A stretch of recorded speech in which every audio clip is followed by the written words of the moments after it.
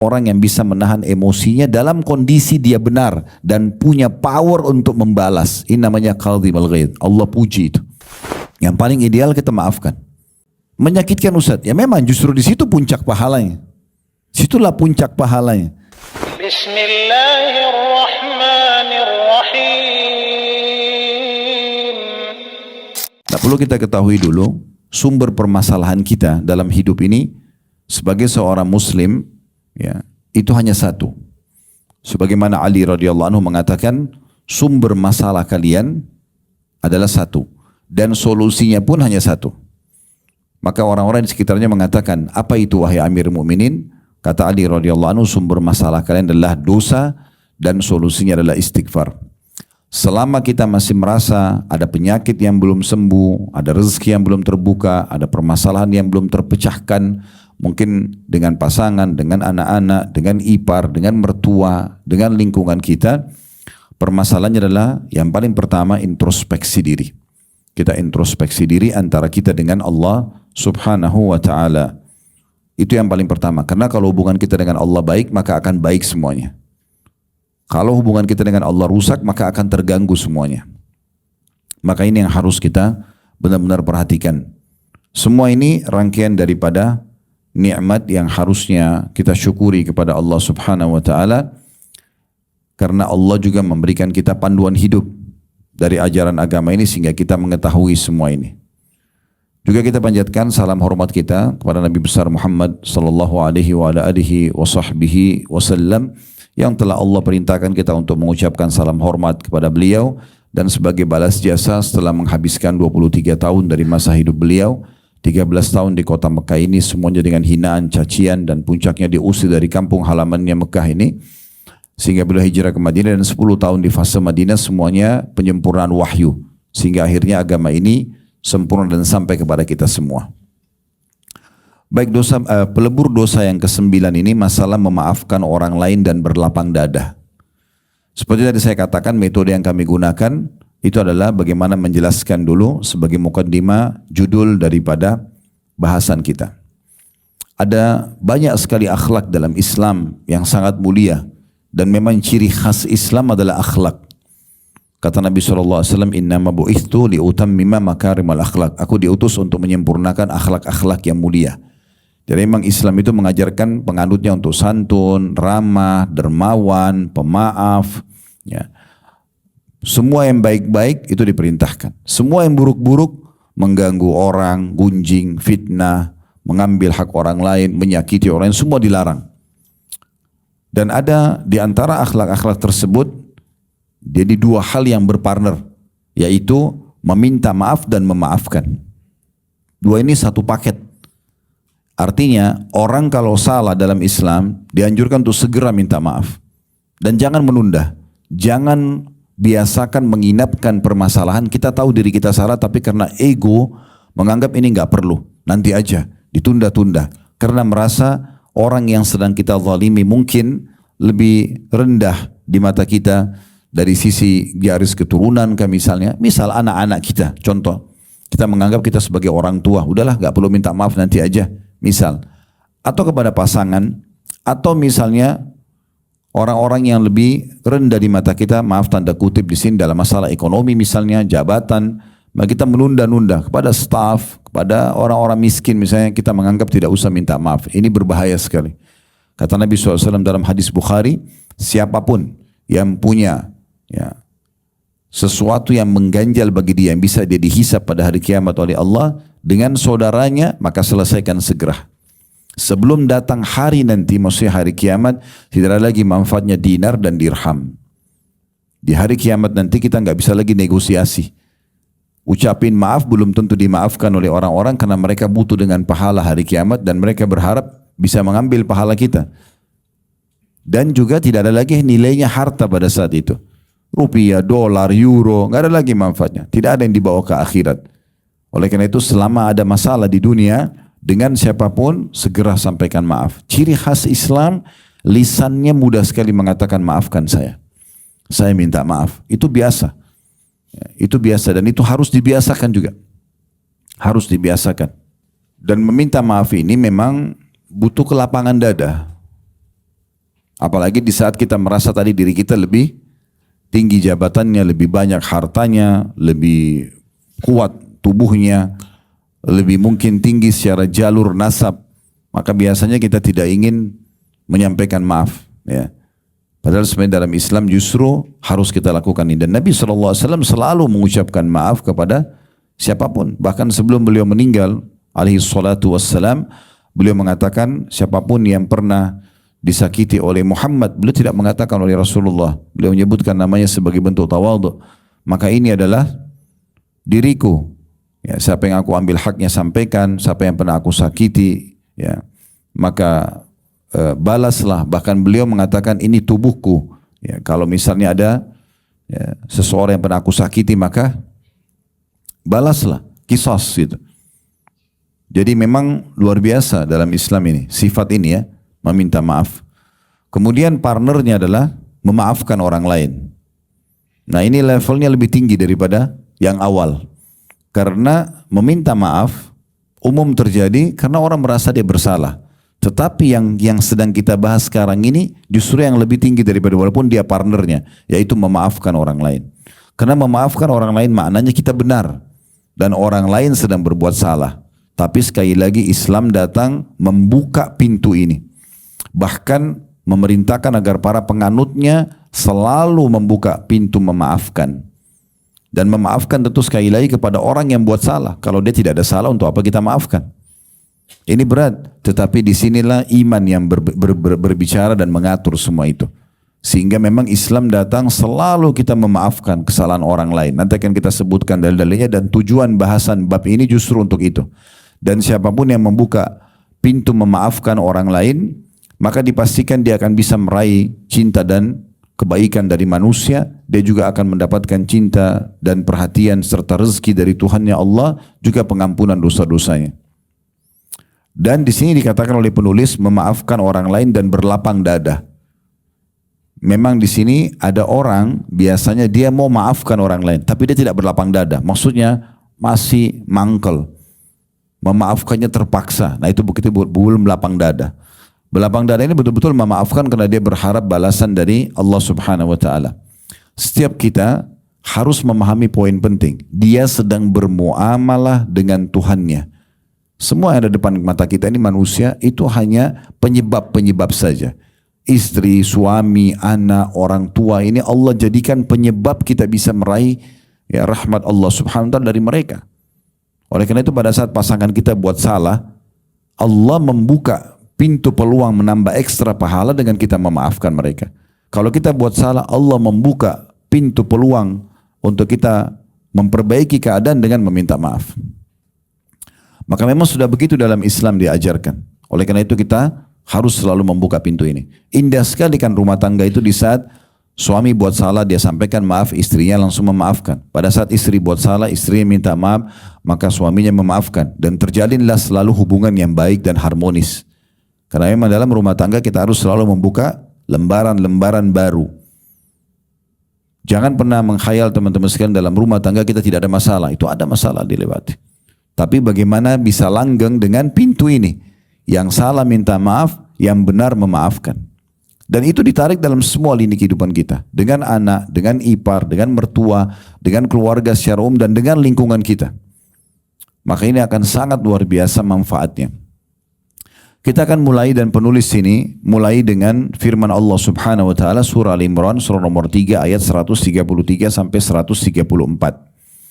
Saya bacakan yang bunyinya wasari'u ila magfirati min rabbikum wa jannatin 'arduha as-samawati wal ardu 'iddat lil muttaqin alladziina yunfikuna fis sarra'i wad dharra'i wal kadhimina al ghaidha wal 'afina 'anil nas wallahu yuhibbul muhsinin. Dan bersegeralah kamu kepada ampunan dari Tuhanmu. Maksudnya jangan sampai menunda untuk bertaubat dan memohon ampun. Setiap ada kesalahan langsung mohon maaf kepada Allah. Ya, dan itu harus segera, jangan ditunda karena bisa saja meninggal beberapa detik setelahnya. Dan kejarlah surga. Setelah itu sibukkan diri dengan amal soleh yang bisa membawa pada surga yang luasnya seluas langit dan bumi yang disediakan untuk orang-orang yang bertakwa. Artinya orang yang patuh. Lalu Allah itu 133-nya 134 Al-Imran Allah sebutkan tentang ciri ahli surga yang merupakan orang-orang yang bertakwa tadi. Allah mengatakan yaitu orang-orang yang menafkahkan hartanya baik di waktu lapang maupun sempit. Maksudnya dalam kondisi dia kaya raya ataupun dia miskin, dia butuh, tetap selalu tidak pernah berhenti untuk bersedekah. Memang subhanallah bahasan kita yang sebelum ini itu khusus tentang masalah keutamaan sedekah dan berinfak, dan bagaimana juga itu merupakan ciri khas seorang muslim. Salah satu akhlaknya adalah dia sangat dermawan. Bukan cuma dermawan ya. Salah satu ciri dermawan adalah memberi sebelum diminta. Jadi kalau ada orang memberi di saat dia diminta, itu umum. Yang tidak umum itu adalah belum minta sudah kasih. Mereka suka mencari kesempatan-kesempatan untuk membantu orang lain. Mereka mencari siapa yang butuh, bukan mereka tunggu dicari oleh orang yang butuh. Itu kedermawanan yang merupakan contoh dari Nabi SAW. Itu sudah kita bahas pada pertemuan yang lalu sebenarnya. Tapi di sini Allah SWT menyebutkan ciri orang yang bertakwa dan ahli surga adalah yang suka berinfak, ya, dan juga ya, dalam keadaan lapang dan lowong, serta mereka mencapai atau mengejar level terbaik dari kedermawanan dengan cara mengejar kantong-kantong itu. Mereka yang mencarinya. Abdullah bin Umar dan Abdullah bin Abbas radhiyallahu anhum ajma'in, itu setiap hari depan rumahnya ada orang miskin yang minta, dan mereka selalu memberi. Nah setelah mereka memberi, kalau di satu hari ada di antara orang miskin tersebut tidak datang, mereka keluar sengaja mencari di mana orang-orang ini kemudian memberikan. Dan dalam mengerjakan ibadah, kita bisa mendapatkan ekstra pahala dengan kemasan ibadah itu ya. Contoh misalnya, kita mau sholat malam, kalau ada orang, contoh saya sholat malam, kalau ada orang bangun di malam hari, kemudian dia tiba-tiba berpikir, daripada saya tidur, saya juga tidak ngantuk, saya sholat malam aja. Dapat pahala, asal dia ikhlas, dia ikuti syarat-syarat sholat dan seterusnya. Tapi ada orang yang bisa mendapatkan ekstra pahala selain sholat malamnya. Bagaimana caranya? Dia kemas itu. Jadi dari malam dia sudah niat ingin sholat malam. Dia sudah siapkan pakaian untuk sholat malam. Dia siapkan sejadahnya. Dia bubui minyak wangi. Dia sudah pilih ayat-ayat yang dia mau baca. Ini namanya kemasan terhadap ibadah tersebut. Nah ini ada ekstra pahalanya. Nah kalau kita bicara tadi masalah infak sama. Beda antara orang yang kebetulan datang orang miskin minta, atau keluarga hubungi dia via WA misalnya, kemudian dia bantu. Itu dapat pahala, tergantung ada keikhlasan. Beda dengan orang memang dia menyiapkan setiap harinya, saya punya anggaran sekian, ya, dengan harta terbaik. Mungkin kalau mau kasih cash dengan uang-uang yang masih baru misalnya, dan memang dia sudah anggarin, ini akan saya keluarkan. Siapapun yang saya temui saya akan bantu. Ini beda, ini dia mengemas. Dia mengemas jenis ya ibadah yang akan dia kerjakan. Nah ini akan punya ekstra pahala lagi. Dan ini bisa Bapak Ibu tarik dalam semua ibadah. Ya, sedekah tadi, membaca Quran, kita pilih mushaf yang terbaik, kita pilih sekian ayat yang kita baca, kita berzikir, kita pilih khususkan waktu misalnya, dan seterusnya. Imam Malik rahimahullah bahkan salah satu dari 4 imam madhab itu kalau mau isi pengajian, beliau pakai baju yang terbaik, beliau mandi dulu, beliau pakai parfum karena ingin menyampaikan hadis-hadis Nabi SAW. Maka ini satu kemasan, sebenarnya tinggal datang isi pengajian bisa saja, tetapi beliau melakukan itu contohnya. Abu Hanifah rahimahullah itu kalau mau sholat malam selalu menyiapkan baju yang paling bagus, parfum yang paling wangi. Kemudian baru beliau sholat malam. Ini kemasannya. Ya seperti itu. Ini ciri yang pertama. Ciri yang kedua, wal qadhimin al ghaidh. Dan orang yang bisa menahan emosi di saat mereka punya kemampuan untuk melampiaskannya. Itu namanya qadhim al ghaidh. Allah puji di sini. Jadi ciri yang kedua dari orang yang bertakwa ahli surga adalah orang yang bisa menahan emosinya dalam kondisi dia benar dan punya power untuk membalas. Ini namanya qadhim al ghaidh. Allah puji itu. Justru dia tidak lampiaskan, justru dia dahulukan maaf. Kalau pernah dengar ada satu tokoh sahabat masuk Islam justru karena sifat Nabi ini. Itu namanya Thumamah bin Gusal radhiyallahu anhu. Ini kepala suku Hanif. Suku Hanifah ini suku yang sangat besar di dekat Mekah sini. Mereka dulu yang mensuplai makanan, pangan untuk penduduk Mekah di masa itu. Subhanallah, ada satu sahabat namanya Muhammad bin Hanafiyah. Muhammad bin Maslama radhiyallahu anhu. Muhammad bin Maslama ini beliau diutus oleh Nabi SAW ke satu lokasi. Kemudian untuk menyerang dan berhasil menang. Pas mau pulang beliau dapat satu tawanan. Dia tidak tahu kalau ini Thumamah, ini kepala suku Hanifah ini. Maka pada saat itu Nabi alaihi salatu wassalam melihat di tawanan perang yang dibawa oleh Muhammad bin Maslamah ada Thumamah. Lalu Nabi mengatakan, apa kau tahu siapa ini hai Muhammad? Dia bilang, saya tidak tahu ya Rasulullah. Kata Nabi SAW, ini Thumamah bin Qusal, kepala sukunya Hanifah. Berbuat baik sama dia. Lalu dihormatilah, ya, dilayanilah dengan baik. Dan memang ini cirinya juga orang Islam. Zaman dulu tuh banyak sekali orang masuk Islam di tangan pasukan Nabi SAW, karena Nabi suruh selalu berbuat baik dengan para tawanan. Sampai para tawanan yang menceritakan, kami melihat sahabat-sahabat Muhammad pada saat menyuapkan makanan kepada kami, sementara tangannya lagi diikat para tawanan tersebut, mereka memasukkan roti-roti manis ke mulut kami dan mereka sendiri memakan kurma-kurma yang kering. Jadi mendahulukan tawanan. Gara-gara itu mereka banyak masuk Islam. Tapi waktu Thumamah ini lagi diikat di dalam masjid sebagai tawanan, maka Nabi SAW sengaja dengarkan ayat-ayat Al-Quran. Setiap habis sholat Nabi datang kepada dia. Bagaimana pendapatmu Thumamah dengan Islam? Ditawarkan Islam. Dia bilang, saya tidak butuh. Dan kalau kau memaafkan, hai Muhammad, engkau telah memaafkan orang yang tahu berterima kasih. Maksudnya kalau kau lepas aku dari tawanan ini. Dan kalau seandainya engkau membunuh, maka engkau telah membunuh orang yang di belakangnya banyak pedang, banyak pasukan. Karena memang jumlah pasukannya sangat besar. Maka Nabi SAW pun meninggalkan. Di masa itu, kalau sudah ada tawanan perang, maka ini 90% nyawanya melayang. Kecuali dalam satu keadaan, keluarganya atau sukunya siap menebus dengan sangat mahal. Nah itu baru bisa, itu 10%-nya. 90% apalagi kalau kepala suku begini, biasanya kalau dibunuh, berarti sukunya semua sudah takluk. Ya, seperti itu. Karena seperti ibarat kepala, sudah dihilangkan kepalanya. Pada saat itu, Thumamah setelah 3 hari Nabi SAW tawarkan Islam menolak. Akhirnya Nabi SAW mengatakan, wahai Thumamah, pergilah, disuruh para sahabat lepaskan, aku sudah memaafkanmu. Dan tanpa tebusan. Thumamah kaget waktu itu. Belum pernah dalam sejarah hidup dia sebagai kepala suku yang sering berhadapan dengan banyak suku lain berperang. Orang sudah ditawan begini masih bisa lolos. Harusnya nyawanya melayang. Plus kalaupun dia bisa lolos harus ditebus dengan mahal. Ini gratis. Disuruh pergi. Gara-gara itu Thumamah masuk Islam. Ya. Ini satu hal yang luar biasa gitu. Ya. Kemudian yang ketiga adalah wal'afina 'anin nas, dan orang yang suka memaafkan orang lain. Tadi saya bilang diikuti dengan lapang dada, artinya betul-betul tidak lagi mengorek-ngorek permasalahan itu. Ya. Wallahu yuhibbul muhsinin, dan Allah sangat suka dengan orang-orang yang berbuat kebaikan. Dinukil sebuah kisah di masa dulu, kisah klasik. Ada satu orang, budak dia. Waktu itu masih ada perbudakan. Dia kebetulan disuruh oleh majikannya orang soleh. Majikannya lagi ada tamu, kemudian disuruh dia bawa makanan, dia bawa marak kuah yang sangat panas. Begitu dia mau hidangkan di hadapan majikannya, rupanya kakinya kesentuh dengan karpet, jatuh, tumpahlah semua kuah tersebut di badan majikannya. Ini kuah panas tertumpah. Orang spontan mungkin akan ada emosinya gitu, marah. Tapi subhanallah, karena budak ini orang yang faham agama, majikannya faham agama, maka dia bilang, Tuan, sebelum anda marah, saya akan bacakan firman Allah subhanahu wa ta'ala. Kata majikannya, bacakanlah. Dalam kondisi dia lagi tertumpah dengan kuah panas. Maka dibacakanlah surah Al-Imran ayat 134 ini. Dia membacakan, wal kadhimin al-ghaidh. Dan orang-orang yang bisa menahan emosinya sementara dia mampu melampiaskannya. Dia benar. Maka majikannya mengatakan, saya akan menahan marah saya ini.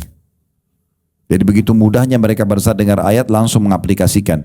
Kemudian kata budaknya, belum selesai ayatnya wahai Tuan. Kata tuannya, lanjutkan. Maka dia mengatakan wal afina 'anin nas, dan orang yang suka memaafkan orang lain. Kata majikannya, aku sudah memaafkanmu. Kemudian budaknya mengatakan lagi, belum selesai ayatnya hai Tuan. Kata tuannya, lanjutkan. Dia mengatakan wallahu yuhibbul muhsinin, dan Allah suka orang yang berbuat kebajikan. Maka kata majikannya, aku telah memaafkanmu, maka pergilah, kau telah bebas dari keterbudakan ini. Kita lanjutkan, kata penulis ini, Allah subhanahu wa ta'ala menjelaskan sifat-sifat orang bertakwa yang berhak mendapatkan pengampunan dosa, kemudian jaminan untuk masuk ke dalam surga adalah salah satunya alladzina yunfiquna, atau 3 hal tadi, alladzina yunfiquna fis sarra wa dharra, orang yang menafkahkan hartanya dalam kondisi lapang maupun sempit. Hal ini juga ya Sudah dijelaskan di bab yang sebelumnya, kata penulis, maksudnya bab nomor 8, karena ada masalah bab infak. Kemudian wal qadhiminal ghaidh, dan orang-orang yang menahan amarahnya sementara mereka mampu untuk melampiaskan. Ya. Dan juga dikatakan kata mafulanun ghaidhah.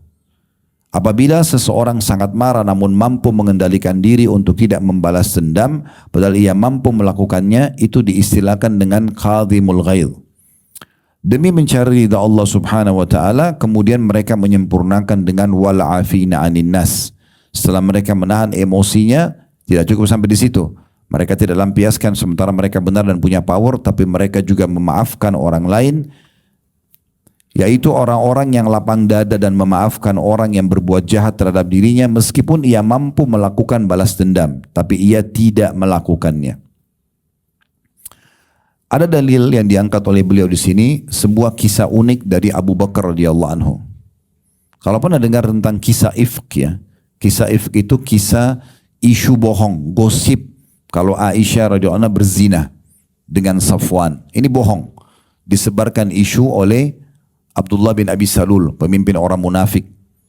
Karena dia berharap dia jadi pemimpin di Madinah, tapi setelah Nabi SAW datang, orang mengobatkan Nabi menjadi raja, maka dia sakit hati.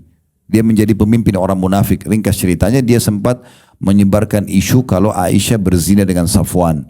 Karena sempat Aisyah ikut di pasukan Nabi SAW dan beliau disiapkan satu geranda untuk dipikul. Karena badan beliau ringan, ada sahabat 4 orang yang memikulnya, maka Aisyah ada dalam atau tidak ada, biasanya tetap dirasa ringan gitu. Satu waktu lagi istirahat, Aisyah pergi radhiyallahu anha ke padang pasir menyelesaikan hajatnya. Masa itu orang kalau buang air besar, buang air kecil, maaf, ke padang pasir. Para sahabat itu disuruh bergerak oleh Nabi SAW, bergerak. Mereka tidak tahu kalau Aisyah ada dalam atau tidak. Langsung saja mereka jalan. Nah, di titik istirahat yang lain setelahnya, Nabi SAW suruh panggil Aisyah. Diperiksa, dipanggil, gak ada. Maka para sahabat khawatir jangan sampai Aisyah ditahan atau ditawan oleh musuh. Nah, waktu pasukan sudah jalan, Aisyah anha kembali dari hajatnya, duduk di atas sebuah batu karena beliau lihat tidak ada lagi pasukan. Nah, Nabi SAW tugaskan satu sahabat yang sangat amanah namanya Safwan radhiyallahu anhu. Beliau ini tugasnya setelah pasukan jalan jauh, dia sudah tidak lihat lagi pasukan, maka dia menyisir. Mungkin ada pedang, ada kendi air, ada perisai yang jatuh, diangkat oleh Safwan ini. Waktu Safwan lihat di situ ada Aisyah, dan dia mengenal Aisyah sebelum turun ayat masalah hijab ataupun cadar, maka dia pun pada saat itu mendekatkan untanya sambil mengatakan inna lillahi wa inna ilaihi raji'un. Maka Aisyah pun disuruh naik ke atas unta, tapi dengan isyarat saja. Safwan pergi jauh. Setelah itu dia balik lagi, Aisyah sudah naik di atas unta, lalu jalanlah mereka berdua menyusul pasukan. Nah, pada saat lagi istirahat titik yang kedua, dilihat oleh Abdullah bin Abi Salul, lalu dia mulai menyebarkan gosip mengatakan mana ada laki-laki dan perempuan berdua lalu tidak terjadi sesuatu. Dia enggak bilang zina, tapi dia sebarkan isu. Tersebarlah isu yang tidak benar pada saat itu. Menjadi gosip gitu kan. Ini istri seorang raja dan nabi gitu kan, jalan dengan seorang laki-laki. Nah, ini jadi fitnah pada saat itu.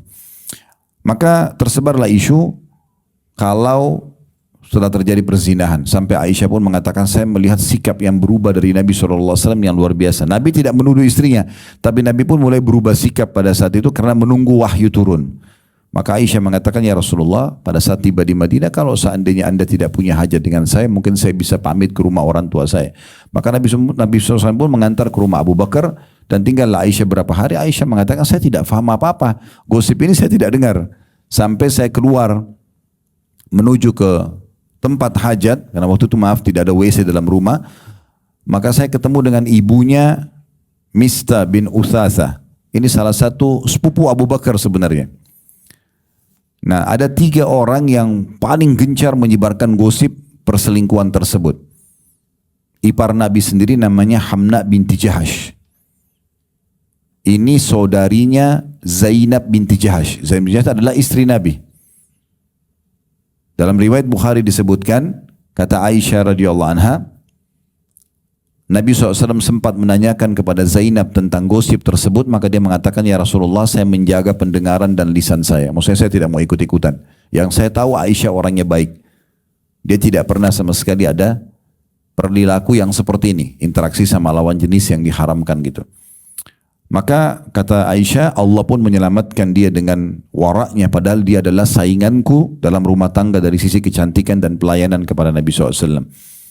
Namun saudarinya Hamna binti Jahash berbeda. Maka Allah pun akhirnya membinasakan orang-orang yang memiliki akhlak yang buruk. Karena setelah turun 10 ayat dalam surah An-Nur pembelaan tentang Aisyah tidak selingkuh pada saat itu, dan itu setiap orang baca surah An-Nur ini akan selalu terlintas membaca ayat-ayat pembelaan tersebut. Makanya Aisyah radhiyallahu anha punya satu julukan, yaitu wanita yang diturunkan pembelaannya dari langit. Karena akan menjadi ayat Al-Quran dan dibaca terus tentang pembelaan tersebut.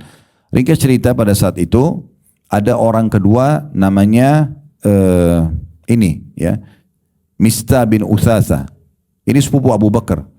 Jadi ini orang miskin. Dia termasuk orang soleh awalnya, tapi begitu dengar gosip ini, dia digoda oleh syaitan, dia termasuk sebarin gosip itu. Dan selama hidupnya selalu dibantu oleh Abu Bakar. Selalu dibantu oleh Abu Bakar. Jadi Abu Bakar waktu dengar ternyata orang ini yang sebarin gosip, maka Abu Bakar marah. Lalu bersumpah atas sama Allah mengatakan, demi Allah saya tidak akan pernah membantumu lagi selamanya. Kok bisa? Sepupu sendiri, artinya Aisyah ini seperti posisi ponakannya gitu. Atau sepupunya Aisyah juga kemudian selama ini dibantu oleh Abu Bakar hidupnya, orang susah, selalu diberikan nafkah bulanan gitu. Maka Abu Bakar bersumpah tidak akan pernah membantu lagi dia gitu. Nah pada saat itu Allah subhanahu wa ta'ala menurunkan firman dalam surah An-Nur ayat 22.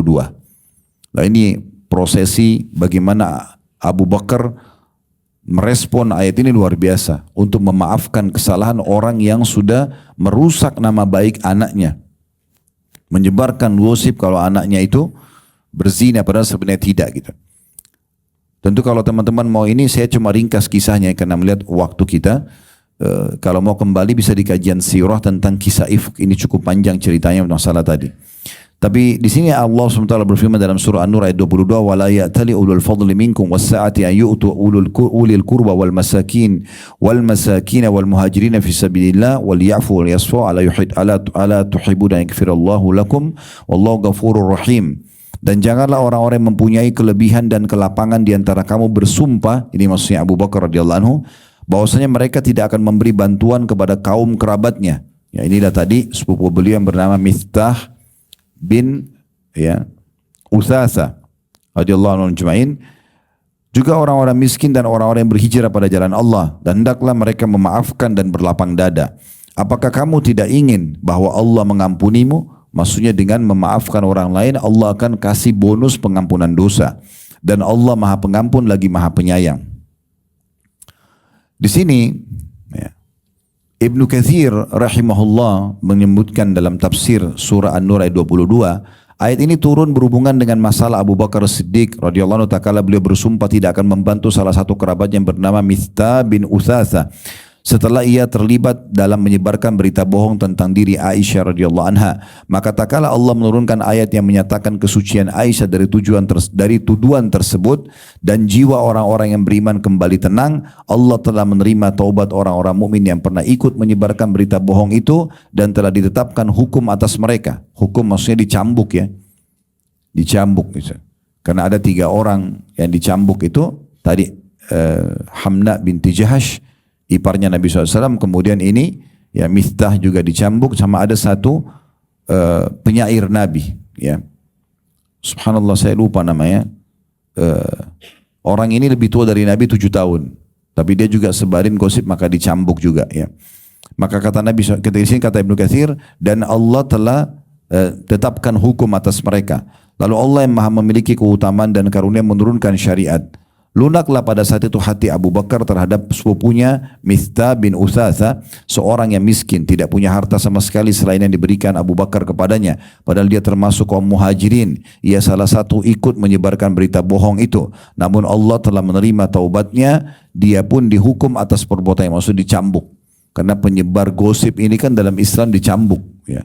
Cambuk 40 derah. Ya. Kalau dia bisa sampai 80 derah tergantung keputusan pemerintah di masa itu. atau yang sedang menerapkan hukum Islam ini. Sedangkan Abu Bakar Siddiq terkenal dengan kedermawanannya terhadap sesama, baik kerabat maupun bukan, maka tak kala turun firman Allah SWT, la tuhibbuna yakfirallahu lakum, apakah kamu tidak ingin bahwasanya dengan memaafkan orang lain Allah mengampuni dosa-dosamu, karena pahala itu sesuai dengan amal perbuatannya, sebagaimana engkau berlapang dada bagi orang lain, maka Allah akan melapangkan dadamu. Seketika itu pula Abu Bakar berkata radhiyallahu anhu, demi Allah ya Rabbku. Turun ayat ini langsung Abu Bakar bersumpah, demi Allah wahai Rabbku, wahai penciptaku, aku senang engkau mengampuniku. Kemudian beliau pun kembali memberikan nafkah kepada Mistah seraya berkata, demi Allah saya tidak akan memutuskannya selama-lamanya. Ya, artinya bagaimana Abu Bakar dalam kondisi selama ini membantu, kita bayangkan kalau tadi posisi beliau membantu orang yang susah, ternyata setelah itu gosipin kita. Ya, ini menyakitkan sekali. Tapi Allah Subhanahu wa taala justru turunkan ayat pada saat itu, disuruh Abu Bakar, kenapa engkau tidak memaafkan, tidakkah engkau ingin ya Allah mengampuni dosa-dosamu dengan memaafkan itu? Maka Abu Bakar spontan merespon pada saat itu, langsung memaafkan ya Mistah ini, kemudian mengembalikan nafkah yang dia bantukan setiap bulannya. Kemudian penulis mengangkat dalil yang terakhir dalam buku ini, yaitu firman Allah SWT surat At-Tagabun ayat 14 yang berbunyi, ya ayyuhalladzina amanu inna min azwajikum wa auladikum aduwan lakum fahdharuhum wa in ta'fu wa tasfahu wa takfiru fa innallaha ghafurur rahim. Hai orang beriman, sungguhnya di antara istri-istri dan anak-anakmu ada yang menjadi musuh bagimu, dan maka berhati-hatilah kamu terhadap mereka, dan jika kamu memaafkan dan tidak memarahi serta mengampuni kesalahan mereka, maka sungguhnya Allah Maha Pengampun lagi Maha Penyayang.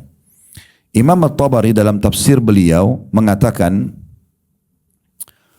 wahai orang-orang yang beriman kepada Allah dan Rasulnya, sesungguhnya sebagian istri dan anakmu ada yang menjadi musuh bagimu. Mereka menghalangimu dari jalan Allah dan menghindarkanmu dari taat kepadanya. Maka berhati-hatilah, jangan menuruti perintah mereka untuk tidak taat kepada Allah. Diriwayatkan bahwa ayat ini turun pada satu kaum atau satu kaum yang ingin masuk Islam dan hijrah tapi dihalang-halangi oleh istri dan anak mereka. Jadi maksudnya ayat ini turun, pernah ada orang, beberapa laki-laki mau masuk Islam namun istri dan anak-anaknya menghalang-halanginya, maka Allah mengingatkan masalah itu. Jadi tetap masuk Islam, tetapi jangan marahin mereka hanya karena mereka menghalang-halangi kalian. Tetap maafkan mereka, tetap rangkul mereka, tetap ya lunak dengan mereka supaya hidayah sampai kepada mereka.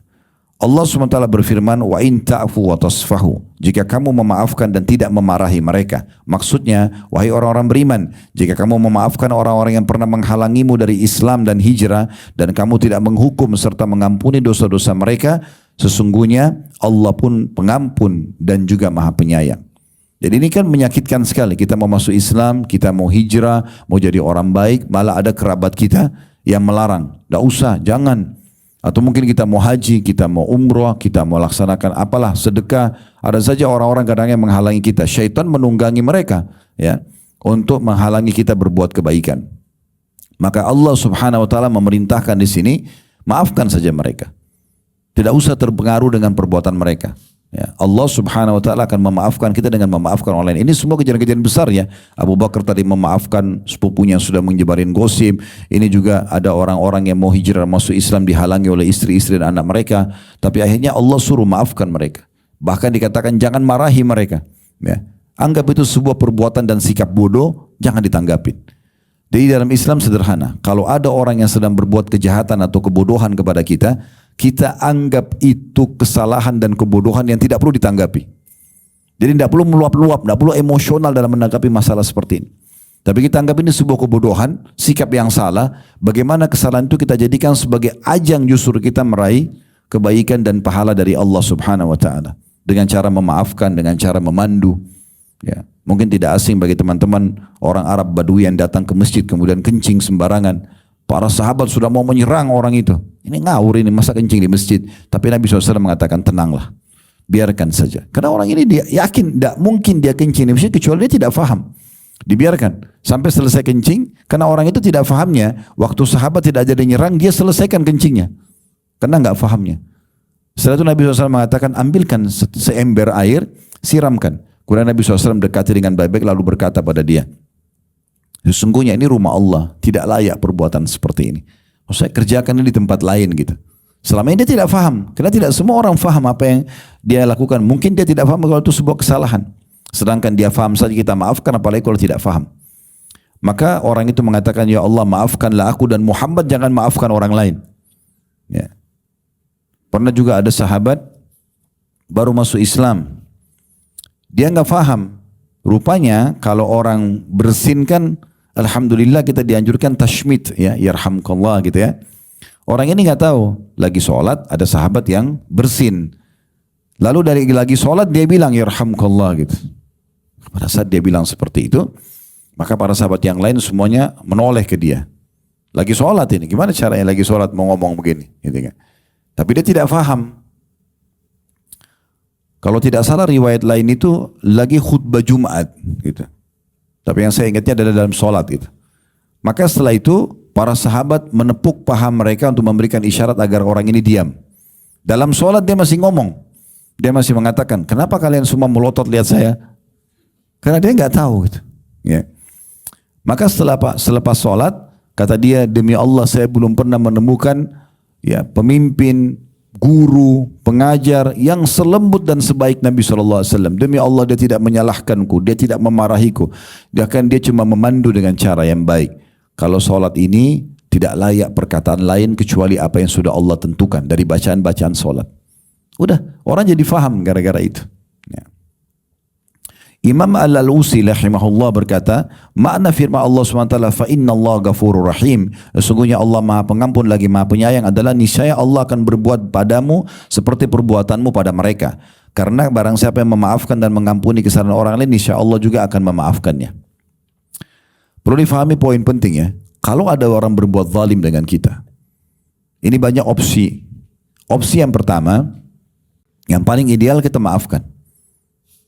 Menyakitkan Ustaz, ya memang justru di situ puncak pahalanya. Situlah puncak pahalanya. Karena pahala sabar dan pahala yang dijanjikan di sini diampuni dosa karena memaafkan orang lain, justru pada saat ada ujian itu datang kan. Kalau lagi tidak ada ujiannya kita mau dapat pahalanya dari mana? Justru di situ pahalanya gitu. Opsi pertama paling ideal, kita maafin antara kita sama Allah Subhanahu wa taala. Masalah dia, orang yang sedang berbuat salah ini, kalau kita ucapkan maafkan dia di depan dia, saya sudah maafkan kamu, dia bebas dari hukuman Allah SWT. Juga kita sudah tidak ada masalah sama dia. Tapi kalau kita maafkan di belakang, kita hanya antara kita sama Allah, maka bagi dia belum gugur hukum. Karena dia harus punya kewajiban meminta maaf dengan kita. Tapi sekarang antara kita sama Allah sudah selesai. Karena kita sudah memaafkan. Allah sudah mengampuni kesalahan kita ya. Tapi tetap ditekankan paling ideal adalah dengan lapang dada. Udah maafin, selesai. Kita anggap perbuatan itu kebodohan dan kita jadikan sebagai ajang pahala buat kita. Yang kedua opsinya adalah kita membalas dia. Tapi di sini masalahnya, balasan ini disebutkan dalam sebuah hadis. Kalau ada dua orang bertikai, kemudian orang yang sedang terzalimi atau diserang membalas, kalau balasan dia lebih kecil daripada perbuatan orang yang sedang menyerangnya, maka nanti pada hari kiamat dia masih mengambil selisih pahalanya. Kayak misalnya ada orang yang memukul kita, fisik sakit, kita cuma balas dengan marahan mulut misalnya. Ini kan marahan mulut lebih ringan daripada pukulan. Di hari kiamat kita masih bisa mengambil selisih pahalanya. Tapi kata Nabi SAW, kalau berimbang, dia digosipin, dia balas dengan gosipin misalnya. Dia dipukul, dia balas dengan pukul. Kalau berimbang, maka balance, tidak ada lagi hak di hari kiamat. Tapi yang jadi masalah, kata Nabi SAW adalah, kalau sampai balasan dia melebihi perbuatan kezaliman orang lain. Kayak misal, orang gosipin dia, tapi dia balas dengan membunuh. Membunuh kan lebih besar daripada gosip. Hari kiamat justru orang yang zalimi dia akan mengambil haknya. Nah, ini perlu diperhatikan baik-baik, maka hati-hati. Karena banyak orang begitu, kadang-kadang kesalahan orang lebih kecil, balasannya dia lebih besar. Nah di sini Allah Maha Adil, Allah akan berikan hukuman sesuai dengan kadar lebihnya daripada perbuatan tersebut. Ini tambahannya. Imam Qurtubi rahimahullah berkata, ayat ini berlaku umum bagi segala kemaksiatan yang diperbuat seseorang dengan sebab istri dan anak, karena khususnya sebab tidak menghalangi keumuman hukum. Maksudnya adalah kalau ada kesalahan-kesalahan dilakukan oleh pasangan kita, oleh anak kita, maka dahulukan pemaafan. Dahulukan pemaafan. Ya. Jadikan kesalahan tersebut ajang untuk mendapatkan pahala.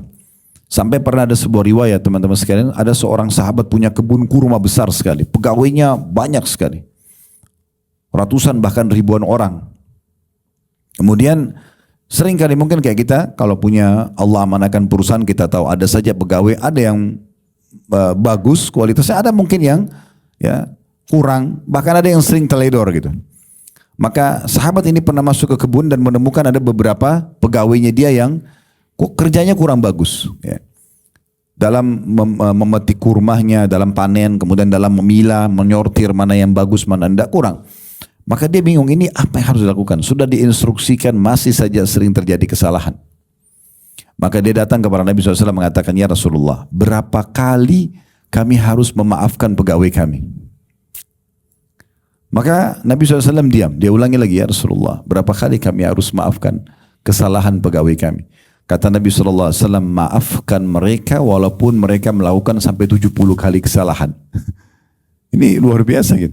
Tapi ini ditanggap oleh para ulama ya. Maksudnya adalah kesalahan-kesalahan teknis. Teknis orang misalnya dia teledor, dia salah gitu kan. Tapi kalau dia melakukan kriminal berbeda hukumnya. Karena kriminal dalam Islam kayak dia mencuri misalnya, manipulasi data. Ini kan berarti atau dia melanggar akad kita, ini berbeda. Hukumnya bukan masuk dalam masalah apa yang kita bahas tadi. Peminta memaafan ini adalah masalah teknis. Ya, ini mirip juga dalam masalah rumah tangga. Kalau pasangan kita masalah teknis, kita biasa rapi, pasangan kita tidak misalnya. Atau ada hal-hal yang teknis lapangan, kita suka makanan A, pasangan kita masaknya makanan yang berbeda B. Ini masalah teknis, maka ini yang dimasukkan dalam masalah pemaafan. Tapi kalau sudah sampai pada hal yang besar, ya, dia melakukan kriminal yang besar, perselingkuhan misalnya, atau dia melakukan minum-minuman keras, narkotika, ini berbeda, ini hukum kriminal. Maka di sini kita punya khiyar, hak khiyar. Kita bisa lanjutkan akad atau kita batalkan. Ya, kita lanjutkan akad dengan pegawai tersebut atau kita batalkan, atau kita lanjutkan dengan pasangan atau kita batalkan. Ya. Maka ini perlu difahami tentunya, ada batasan-batasan di mana yang kita toleransi terus kita maafkan, di mana yang kita tidak bisa toleransi. Karena kan ada orang yang tidak bisa toleransi. Beberapa kasus rumah tangga yang disampaikan kepada kami, memang ada pasangannya tidak mau berhenti, berzina terus. Sudah dinasihatin, sudah didoain, tidak mau berhenti. Apakah ini terus dimaafkan? Jawabannya tidak. Ini di sini dia sudah punya hak khiyar, dia punya pilihan. Dia mau bertahan silakan, dia mau pisah sudah hak dia. Tapi kalau masalah teknis sekali lagi, maka ini adalah hal yang masuk dalam bahasan kita. Sering selalu memaafkan, sering selalu merangkul agar pasangan kita dan juga staf kita atau orang sekitar kita bisa meraih kebaikan dan kesempurnaan, tentunya dengan bersabar. Ada orang subhanallah diberikan masukan satu kali dia faham. Ada orang mungkin masukan yang kelima, yang keenam, yang ketujuh baru dia bisa melakukannya. Terlebih lagi maaf yang Allah amanahkan anak, ini penting sekali. Anak-anak itu masa belajar. Jangan selalu memulai anak-anak dengan emosional, marah. Selalu kita anggap anak kita itu seperti kita, ya. Harus sudah faham. Gak bisa. Anak-anak itu memang masa belajar. Di saat bersama kita lah dia sering selalu melakukan kesalahan-kesalahan. Itu biasa. Ya. Baik, saya akan tutup teman-teman sekalian. Habis ini kita akan buka pertanyaan dengan dalil-dalil yang lain ya, yang perlu kita fahami dengan memaafkan orang lain. Yang pertama adalah hadis riwayat Abu Daud. Dan ini hadis hasan. Kata Nabi SAW, ana za'imun bi baitin fi rabadil jannah liman tarakal mira'a wa in kana muhiqqa. Aku adalah pemberi jaminan istana di surga, ya, di pinggiran surga, itu bagi orang yang meninggalkan perdebatan walaupun orangnya benar. Ini termasuk adab dalam Islam ya. Kalau kita sedang diskusi, oke. Tapi kalau berdebat yang ujungnya hanya membawa kepada mudarat, ya, akhirnya saling menghina, saling menjatuhkan, ini nggak boleh dalam Islam. Namanya mira'. Tinggalkan saja. Kalau diskusi memang tujuannya untuk mencari mana yang terbaik, oke. Tapi kalau berdebat-debat emosional dalam Islam tidak ada.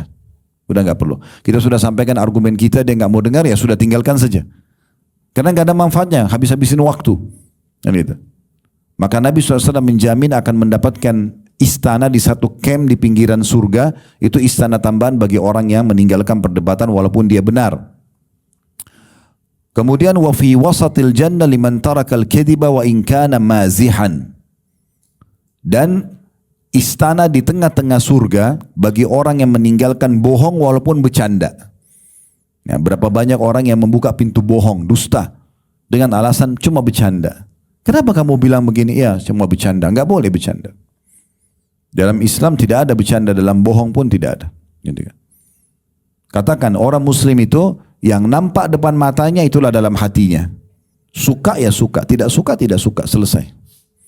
Dia tidak akan membuka pintu bohong walaupun itu sederhana. Sampai sebagian ulama mengatakan kalau ada orang muslim lapar, ditanya apakah anda lapar, karena dia malu dia mengatakan tidak, itu bohong, nggak boleh. Apa adanya, ya saya lapar, saya belum makan, selesai. Kamu suka, tidak suka, selesai, clear. Nggak ada yang tersembunyi bagi seorang muslim. Semuanya transparan, semuanya jelas. Ya. Kemudian yang ketiga, wa bi baitin fi a'lal jannah liman hasuna khuluquhu.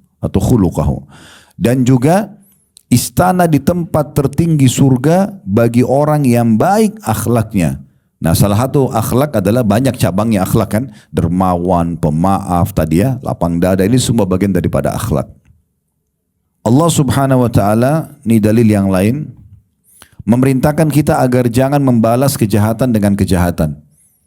Tadi sudah kita berikan gambaran umumnya, tapi umumnya jangan dibalas. Misalnya orang gosip ini, kita jangan balas gosip, karena dia dosa, kita dosa. Orang itu berbuat jahat, fitnah kita, kita balas dengan fitnah. Dia dosa, kita dosa. Lalu bagaimana solusinya? Solusinya sederhana. Allah itu maha melihat. Kita kembali kepada tauhid kita. Jangan berpikir teman-teman orang fitnah kita, orang sakiti kita lalu Allah tidak balas. Allah punya cara. Tapi di saat itu justru puncak-puncaknya kita butuh pahala sabar. Apa itu sabar? Kita terima keputusan itu ujian dari Allah, kita suka atau tidak suka, kemudian kita ikhtiar. Ikhtiarnya ini gini, kalau ada orang fitnah kita, gak usah kita sibuk untuk mengkanter, enggak. Tapi kalau orang tanya, kita jawab apa adanya. Kemudian kita tetap bersikap baik dalam keseharian kita. Udah selesai, gak usah habisin waktu, energi untuk itu. Sebagaimana Allah sebutkan dalam surah Fussilat ayat 34-35, wala tastawil hasanatu walas sayyi'atu idfa' billati hiya ahsanu fa idzal ladzi bainaka wa bainahu adawatun ka'annahu waliyyun hamim. Ini ayat 34-nya artinya, dan tidaklah sama kebaikan dengan kejahatan. Ada orang buat jahat sama orang buat baik pasti beda. Tolaklah kejahatan itu dengan cara yang lebih baik. Ada orang buat jahat tetap kita, ada orang kasar kita tetap santun, ada orang pelit kita dermawan, ada orang muka masam kita tetap senyum. Kita balas dengan kebaikan kata Allah. Maka tiba-tiba saja dengan sikap seperti itu, orang-orang yang tadinya punya permusuhan seolah-olah menjadi teman yang setia. Ayat 35-nya, wa ma yulaqqaha illa alladziina sabaru wa ma yulaqqaha illa dzu hadzin 'adzim. Kata Allah SWT, sifat-sifat yang baik itu tidak dianugerahkan melainkan kepada orang-orang yang sabar, dan tidak dianugerahkan melainkan kepada orang-orang yang mempunyai keuntungan yang sangat besar. Siapapun yang berusaha untuk selalu mendahulukan kebaikan-kebaikan dan tidak membalas keburukan dengan keburukan, maka dipastikan ini hidupnya orang akan tentram. Dan Allah janjikan tadi dalam ayat Al-Quran akan berbalik, orang yang memusuhi dia justru akan menjadi baik. Dinukil dalam sebuah kisah Abdullah bin Abbas radhiyallahu anhuma, beliau pernah pakai jubah baru. Kemudian ada orang lewat, Abdullah bin Abbas tidak kenal sebenarnya, tapi dia mengatakan, kamu ini mentang-mentang sepupu Nabi, mentang-mentang begini, tiba-tiba. Maka Abdullah bin Abbas jalan sama murid-muridnya, diam saja. Orang itu lagi ngomong ngoceh, dibiarin aja, didengarin sama dia. Padahal ini menyakitkan sekali. Posisi dia sebagai ulamanya sahabat, sepupu Nabi. Dan masa itu memang betul-betul dimuliakan oleh para sahabat Nabi. Datang ujian ini. Dia diam saja sampai orang itu sudah selesai. Nah, orang kan kalau ngajak kita bertengkar, kalau kita tidak tanggapin, habis kata-kata dia. Kapan itu menjadi panjang kalau kita selalu tanggapin kan? Ini tidak ditanggapin, didiamin. Akhirnya orang itu kehabisan kata. Kata Abdullah bin Abbas, kamu sudah selesai. Dia bilang, iya sudah. Lalu beliau tahu ini, pikiran beliau mengatakan, sepertinya orang ini kena melihat jubah baru ini. Dia merasa hasad gitu. Maka Abdullah bin Abbas buka jubah itu langsung berikan kepada orang tadi. Sudah dicaci maki nih. Dia buka jubahnya dikasih sama dia. Lalu dia mengatakan kepada murid-muridnya, sampaikan alamat kita kepada orang ini, kalau dia punya hajat bantulah. Gara-gara perbuatan tersebut orang tadi jadi malu dan akhirnya menjadi muridnya beliau. Memang ini berat, tapi inilah yang sedang kita bahas. Bagaimana menjadi orang-orang yang luar biasa mendahulukan dan menunggangi justru kesalahan orang lain untuk meraih yang terbaik dengan cara memaafkan dan merangkul.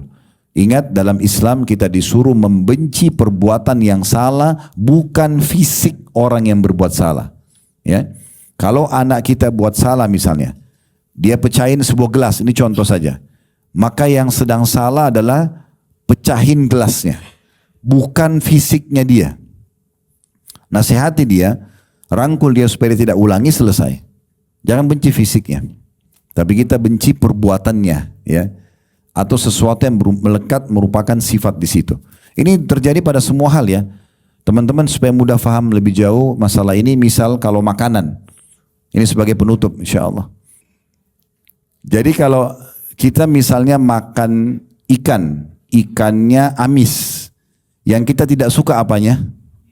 Amisnya. Banyak orang tidak suka ikannya, sehingga tidak mau makan ikan selamanya. Kenapa nggak makan ikan amis? Semua dipukul rata ikan amis. Salah nggak? Salah. Orang makan jeruk asam, yang tidak disukai apanya? Asam. Jangan jeruknya, karena kalau jeruknya kita tidak mau makan jeruk selamanya. Nah seperti itu kurang lebih gambarannya. Jadi supaya mudah dimahami, kesalahan atau kekurangan yang ada pun yang kita tidak suka itu, dan kita usahakan itu menjadi ajang pahala buat kita. Bukan justru hal-hal yang harus kita benci dan kita tinggalkan seakan-akan sudah tidak ada lagi peluang untuk berbuat baik. Terlalu banyak orang dapat hidayah justru kena sikap-sikap yang santun dan baik ini. Allahu a'lam.